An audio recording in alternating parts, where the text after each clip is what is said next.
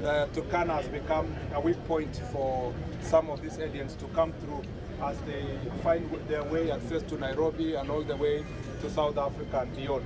And it's our responsibility now to think through as security officers how then we can bolster also security operations in relation to deal with that.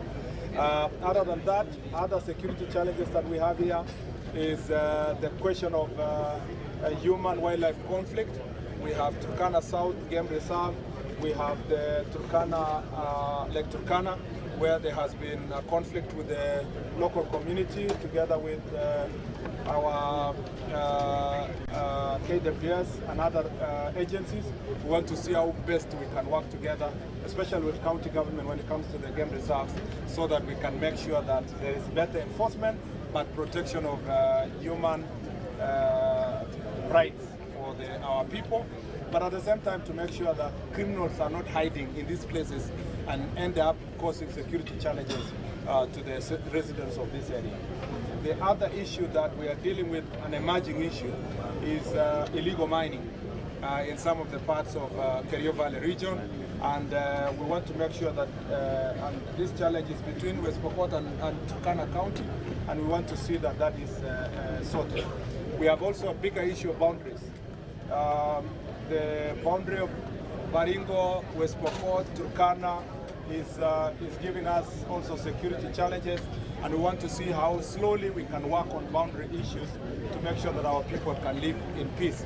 Other than that, the international boundary is also important for us to safeguard our boundaries with South Sudan, with Ethiopia, with Uganda, and not just this ministry.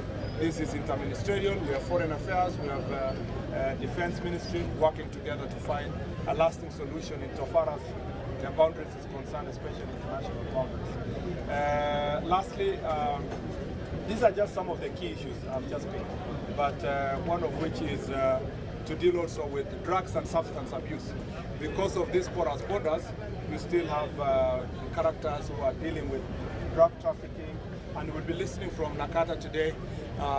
One of the challenges is that you have very young population of under 18 who have very young people in Turkana, which is a surprise because of there is a lot of disorder that is as a result of drugs and then leads to mental health.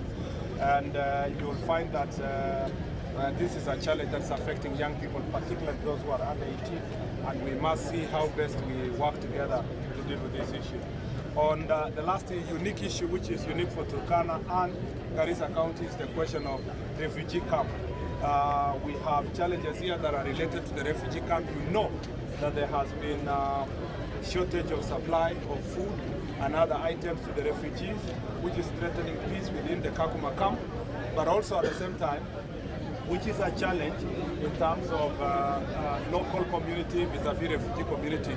And you remember we launched Shirika Plan on 28th of March this year, which is a plan that is government plan. And the challenge with that Shirika Plan is that there are many citizens who are yet to appreciate what it contains, and their misgivings and misunderstandings that we must be able to iron out through public participation. And it is my considered view that the citizens also need to know that since it's a government plan, it's not a rigid plan, it's subject to review and based on public recommendations.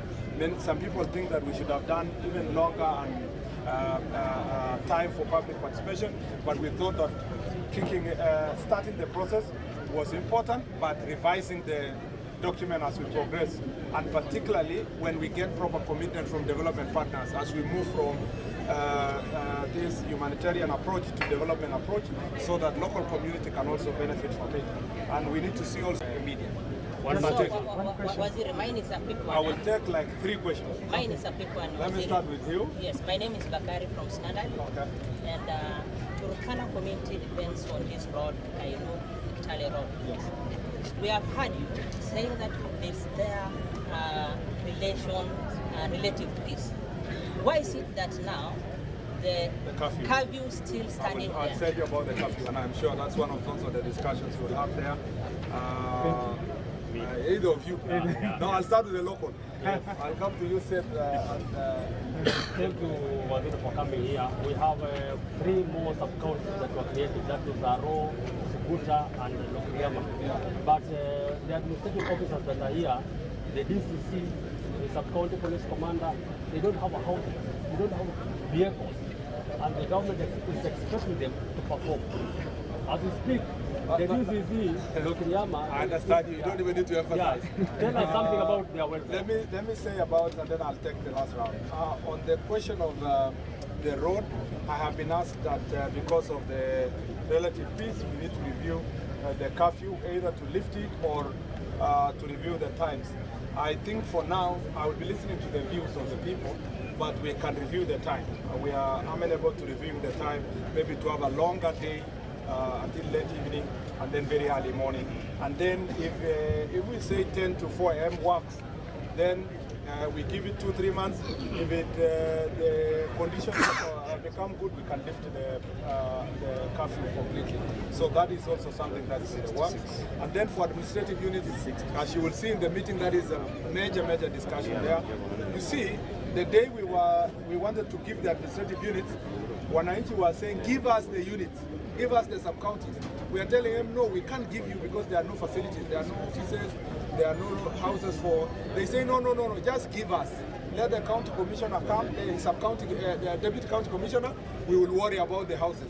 Now that they have come, you are saying, no, why did you send people without accommodation? We are working on that.